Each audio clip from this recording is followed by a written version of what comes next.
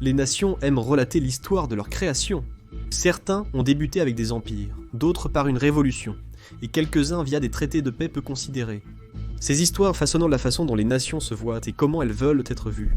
Mais en y regardant de près, presque tous les pays ont un décalage entre ce qu'ils enseignent et la réalité historique. L'histoire ne reflète pas toujours les faits. Ce qui est retenu devient mémoire, et la mémoire contrôlée devient pouvoir.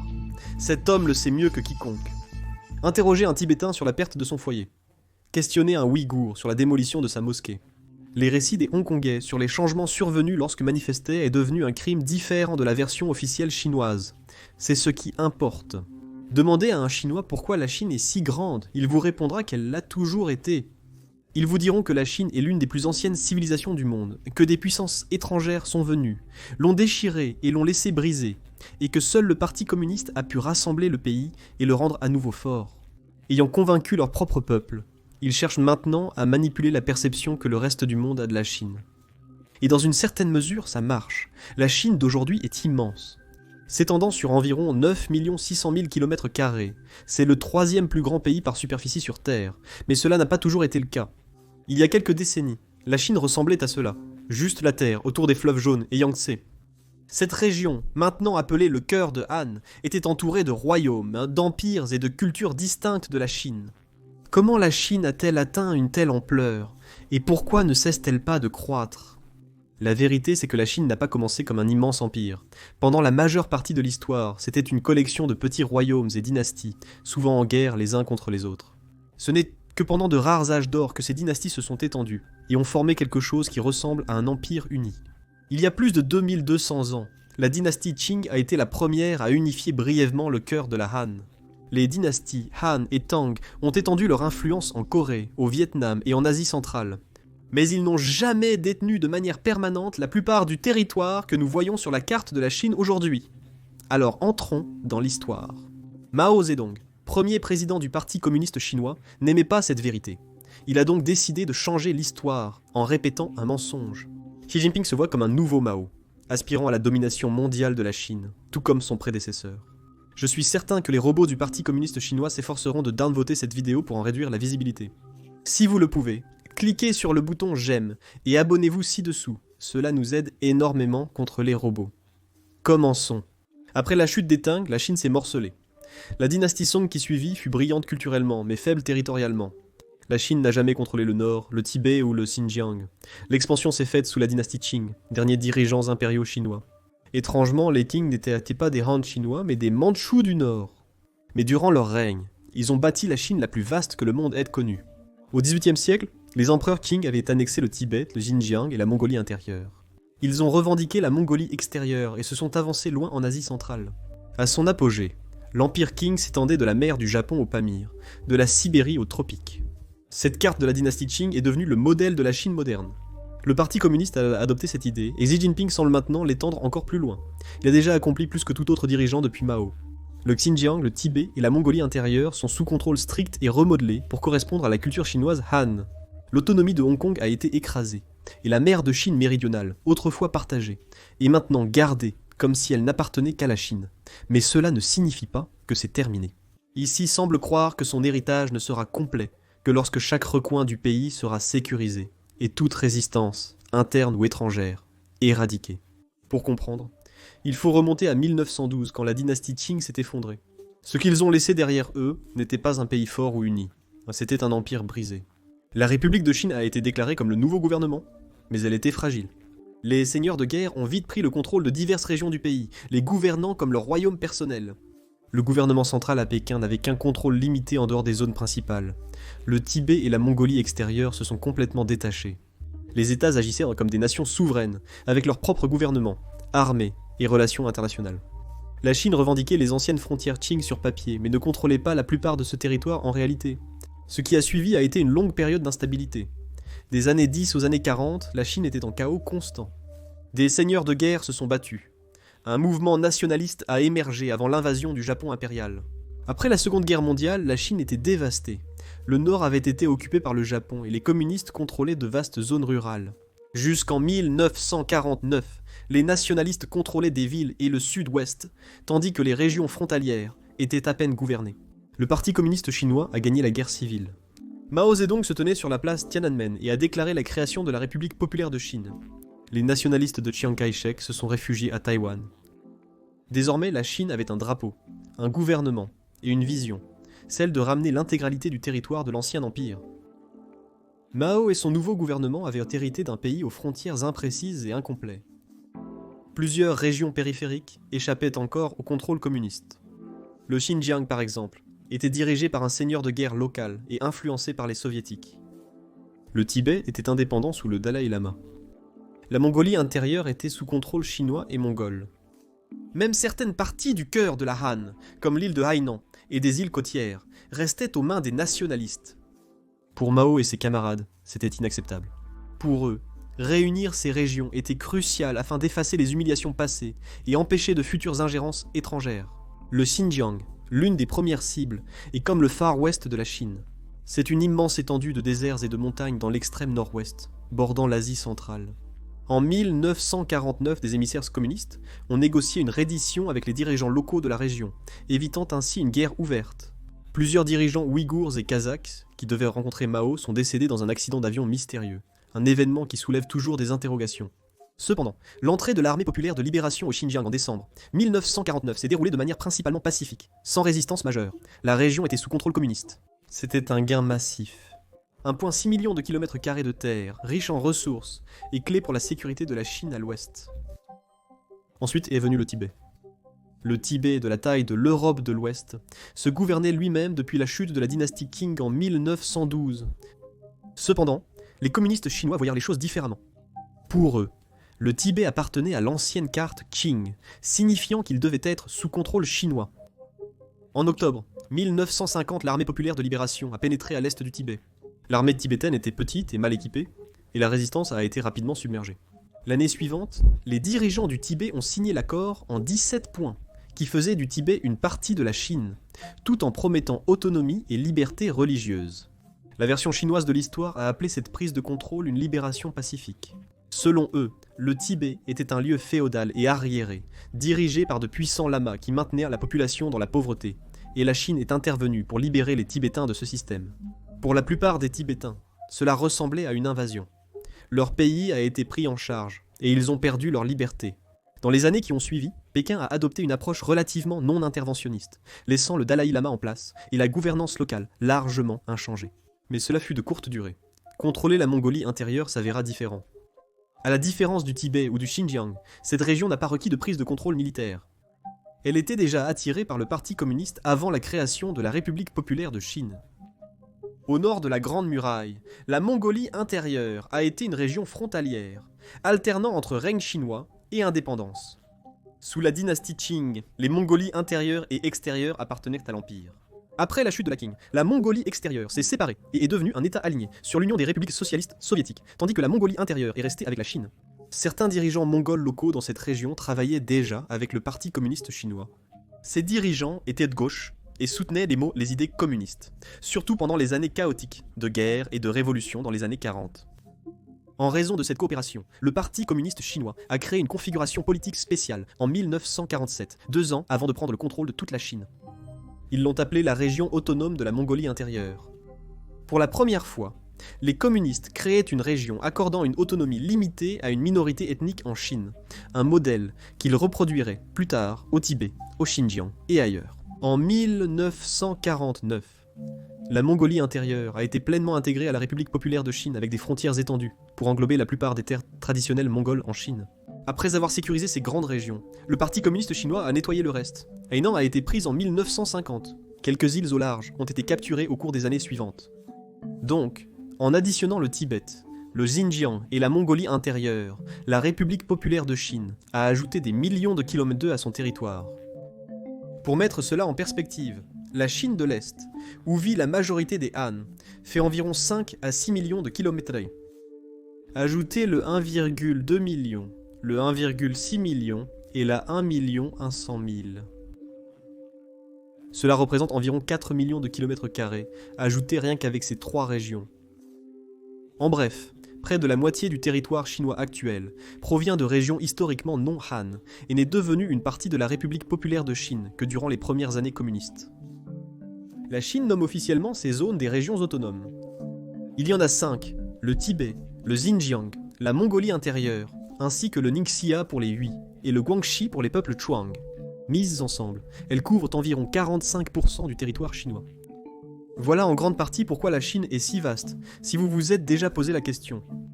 Une fois les vastes terres saisies par les dirigeants chinois, le défi suivant était de les conserver au sein de la Chine à long terme, ce qui s'annonçait difficile. Ces régions étaient en fait non seulement éloignées du noyau chinois Han, mais aussi différentes culturellement, linguistiquement et historiquement. Les Tibétains, Ouïghours, Mongols et d'autres avaient leur propre langue, religion et parfois un passé d'indépendance. Le Parti communiste chinois devait trouver un moyen de faire sentir à ces personnes qu'elles faisaient partie intégrante de la Chine, ou au minimum, les dissuader de vouloir se séparer. La Chine a essayé de se présenter comme une grande famille heureuse de nombreux groupes ethniques, mais la vérité derrière cela était beaucoup plus dure. L'objectif réel était de bâtir une identité chinoise unique, en effaçant progressivement tout ce qui ne s'y conformait pas. C'est là qu'intervient la stratégie d'assimilation par conception. Les cultures, langues et croyances distinctes, notamment celles des Tibétains, des Ouïghours et des Mongols, ont été subtilement réprimées ou éliminées. La Chine a utilisé la migration comme outil majeur pour intégrer des régions comme le Xinjiang à l'État. En 1949, les Han chinois ne représentaient qu'environ 6% de la population, majoritairement ouïghours, de la région. Au fil des années, le gouvernement a amené des vagues successives de colons Han, soldats, travailleurs et même prisonniers. Un programme d'État spécial nommé le Corps de production et de construction du Xinjiang a été établi pour coloniser et sécuriser la région. D'autres ont suivi, attirés par des emplois dans le pétrole, les mines et le bâtiment. Dans les années 80, les Han chinois représentaient environ 40% de la population du Xinjiang. Aujourd'hui, le partage est presque à parts égales. La Mongolie intérieure a vécu des changements similaires, mais la migration y a débuté dès l'ère républicaine. Les Mongols ethniques ne représentent qu'environ 17% de leur propre région autonome. Les Han chinois dominent de maintenant les villes, les industries et la politique. Le Tibet a connu moins de migration à cause de son terrain accidenté et des restrictions antérieures. Les Tibétains d'origine représentent toujours environ 90% de la région autonome du Tibet. Mais dans certaines parties du Tibet historique, qui relèvent d'autres provinces, comme le Qinghai et le Sichuan, vous trouverez une présence beaucoup plus importante des Han et des musulmans Hoi. Et depuis l'ouverture du chemin de fer vers Lhasa en 2006, les mouvements vers la région se sont intensifiés. Plus de personnes, plus de commerce, et progressivement plus d'influence de l'extérieur. La langue a également joué un grand rôle dans cet effort. Le mandarin est la langue nationale officielle, et l'État la promeut activement, surtout dans les écoles. Officiellement, l'éducation est bilingue, mais en pratique, les langues locales sont peu à peu délaissées. En 2020, les parents de Mongolie intérieure ont protesté contre la réduction de l'enseignement du mongol dans les écoles par le gouvernement. Des choses similaires se produisent au Xinjiang et au Tibet. L'argument de l'État est que le mandarin favorise l'unité nationale et les opportunités économiques, mais pour beaucoup de locaux, il semble que leur langue et l'identité qui y est liée sont effacées, petit à petit. La propagande chinoise n'épargne même pas les enfants. Dès l'enfance, on leur enseigne que leurs régions ont toujours appartenu à la mère patrie et que le Parti communiste les a libérés de l'oppression. Les manuels scolaires au Tibet, par exemple, soulignent à quel point la vie était misérable sous les lamas et comment le Parti communiste chinois les a libérés. Il est peu question du propre système politique du Tibet, de son indépendance antérieure ou du rôle du Dalai Lama au-delà de ce qui correspond à la trame narrative de l'État. Au Xinjiang, on enseigne aux enfants ouïghours que la Chine a sauvé leur peuple de la pauvreté, de la violence et de l'extrémisme religieux, apportant paix et progrès dans la région. Les manuels scolaires effacent les héros, la culture et les résistances ouïghours. Dans ces régions, le récit national est enseigné aux étudiants dès leur plus jeune âge. Le quotidien scolaire est imprégné de patriotisme. Les enfants récitent dans le dos des slogans de loyauté, chantent l'hymne national, hissent le drapeau chinois et accrochent des portraits de dirigeants comme Mao et Xi Jinping dans les salles de classe. L'État autorise la culture, mais seulement sous des formes strictement contrôlées et diluées. Les danses, chansons et vêtements ethniques sont présentés lors de festivals et d'événements pour promouvoir l'image d'unité et de diversité de la Chine. Mais tout ce qui laisse entrevoir une identité politique ou une résistance est interdit. La religion n'a pas non plus été épargnée. Le Parti communiste, officiellement athée, a toujours gardé la religion sous un contrôle strict, surtout quand elle semble liée à l'identité politique. Au Xinjiang, l'islam est fortement surveillé. Les mosquées ne sont pas réglementées, les enfants ne peuvent pas recevoir d'éducation religieuse, et les signes extérieurs de foi comme les voiles ou les longues barbes sont découragés. Certaines mosquées ont été démolies, ou redessinées pour ressembler à des constructions chinoises. Au Tibet, l'État surveille étroitement les monastères. Les moines suivent une éducation politique, et le gouvernement choisit ou remplace les leaders religieux. Même le prochain Dalai Lama, selon Pékin, doit être approuvé par l'État chinois. Pour de nombreux Tibétains et Ouïghours, la religion est centrale à leur identité, mais l'État y voit une potentielle source de résistance.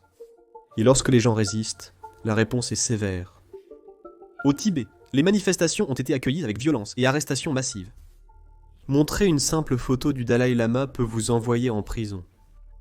Depuis 2009, plus de 150 Tibétains se sont immolés par le feu en signe de protestation, dont beaucoup de jeunes moines ou nonnes, appelant à la liberté ou au retour de leur leader spirituel. Au Xinjiang, des années de colère, de discrimination et de suppression culturelle ont finalement éclaté.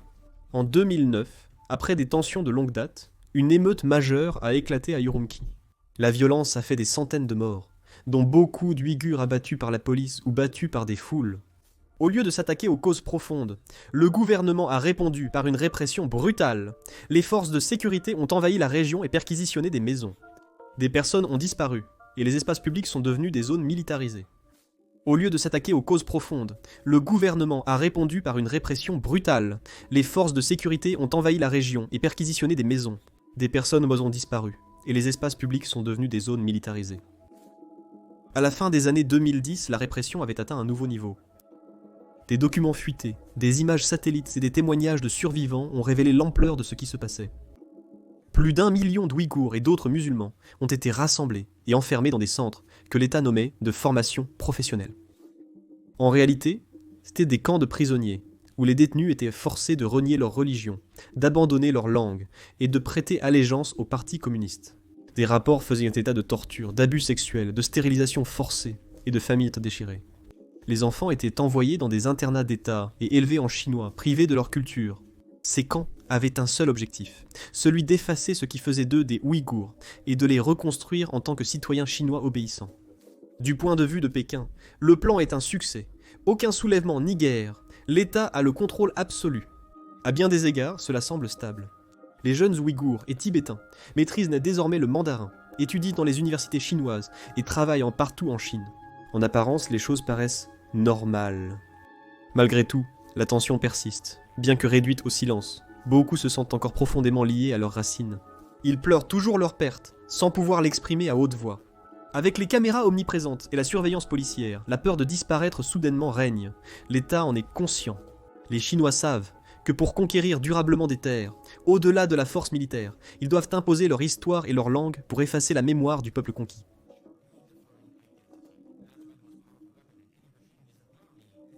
Bien que tout le monde ne devrait pas nécessairement créer une chaîne, si vous avez déjà pensé à lancer une chaîne YouTube, avec ou sans vidéo en face caméra comme celle-ci, c'est le moment idéal pour le faire. YouTube paie des millions aux créateurs chaque jour, et il favorise maintenant plus que jamais les nouvelles chaînes plus petites. Mais je suis certain que beaucoup d'entre vous s'interrogent sur la façon de lancer et de développer une chaîne. Nous recevons régulièrement des questions par email de certains d'entre vous. C'est pourquoi nous avons décidé de regrouper tous nos conseils YouTube dans un seul camp d'entraînement pour le prix très bas de totalement gratuit. Si vous souhaitez créer votre chaîne YouTube, vous pouvez vous inscrire à ce camp d'entraînement en cliquant sur le lien dans la description ou à l'écran. Inscrivez-vous vite car le camp d'entraînement, contrairement aux vidéos YouTube, est limité à 100 personnes, comme un appel Zoom. D'accord, revenons à la vidéo. La mer de Chine méridionale s'étend de la côte sud de la Chine jusqu'au rivage des Philippines, du Vietnam et de la Malaisie. Depuis longtemps, Pékin revendique la quasi-totalité de la zone, en utilisant la frontière imprécise de la ligne des 9 traits. Sur le papier, cela donne à la Chine une revendication sur 90% de la mer, incluant les rochers, récifs et petites îles également revendiquées par d'autres pays. La Chine sait que la région regorge de pétrole et de gaz sous le fond marin, et c'est aussi l'une des routes maritimes les plus fréquentées au monde. Un tiers du commerce mondial transite par ici, une position militaire stratégique. Contrôler ces eaux permet de maîtriser une voie d'accès clé vers le Pacifique, d'où la volonté de la Chine d'en avoir le contrôle total. Le Parti communiste chinois n'a même pas pris la peine de recourir à la diplomatie. Au lieu de cela, ils ont directement opté pour l'intimidation. Ils ont débuté en draguant du sable pour créer des îles artificielles sur des récifs et rochers à peine émergés. Ensuite sont apparues les pistes, radars, ports et bases militaires. Des lieux tels que les récifs de la Croix de Feu et de Michif ont été quasi militarisés du jour au lendemain. En 2016, un tribunal international a jugé que les revendications globales de la Chine étaient sans fondement juridique. La Chine a ignoré la situation et a continué comme si de rien n'était. Depuis, les navires de la garde côtière chinoise et les milices de pêche patrouillant la région, harcelant les bateaux étrangers, bloquant l'accès aux eaux et resserrant leur emprise. Examinons Hong Kong et Macao, territoires rendus par traité non pris de force. Hong Kong, ancienne colonie britannique, est revenue à la Chine en 1997. Macao, autrefois portugaise, a suivi en 1999. La Chine a promis un pays, 2 systèmes. Que ces villes pouvaient garder leur liberté en étant intégrées à la Chine. Pendant un temps, cela semblait vrai, mais quand Hong Kong a exigé plus de démocratie, Pékin a répondu par des répressions brutales contre les manifestants, et en 2020 a imposé une sévère loi de sécurité. Hong Kong garde son apparence, mais fonctionne plus comme la Chine continentale. Ensuite, il y a Taïwan, le sujet le plus sensible de tous. Taïwan s'autogouverne depuis 1949, après la fin de la guerre civile chinoise et la retraite des nationalistes sur l'île. Le parti communiste ne l'a jamais pris, mais ne l'a pas non plus abandonné. Pour Pékin, Taïwan est une province perdue qui doit être réunifiée par la force si nécessaire. Pour le peuple de Taïwan, cependant, la plupart ne le veulent pas. Ils ont construit une identité séparée, une démocratie, et l'une des économies les plus avancées du monde. Et oui, la Chine s'en fiche. Depuis des années, ils encerclent Taïwan avec des exercices militaires, des avions de guerre près de son espace aérien, et l'isolent diplomatiquement. L'annexion de Taïwan est le but ultime de Xi Jinping, prêt à tout pour l'atteindre. Vous réalisez donc enfin? Le parti communiste chinois a volé des terres, en le faisant passer pour une réunification. Mais le monde connaît la vérité. Un génocide lent et délibéré, déguisé en patriotisme. Du Tibet au Xinjiang, de la mer de Chine méridionale à Taïwan, le message du parti est identique. Vous n'avez pas le choix. Les Tibétains, Mongols et Ouïghours du Xinjiang doivent obéir, sinon ils disparaissent. Ils ont perdu plus que leur terre. Ils ont perdu leur voix, foi et mémoire. Tout cela enterré sous le drapeau rouge. Merci d'avoir regardé.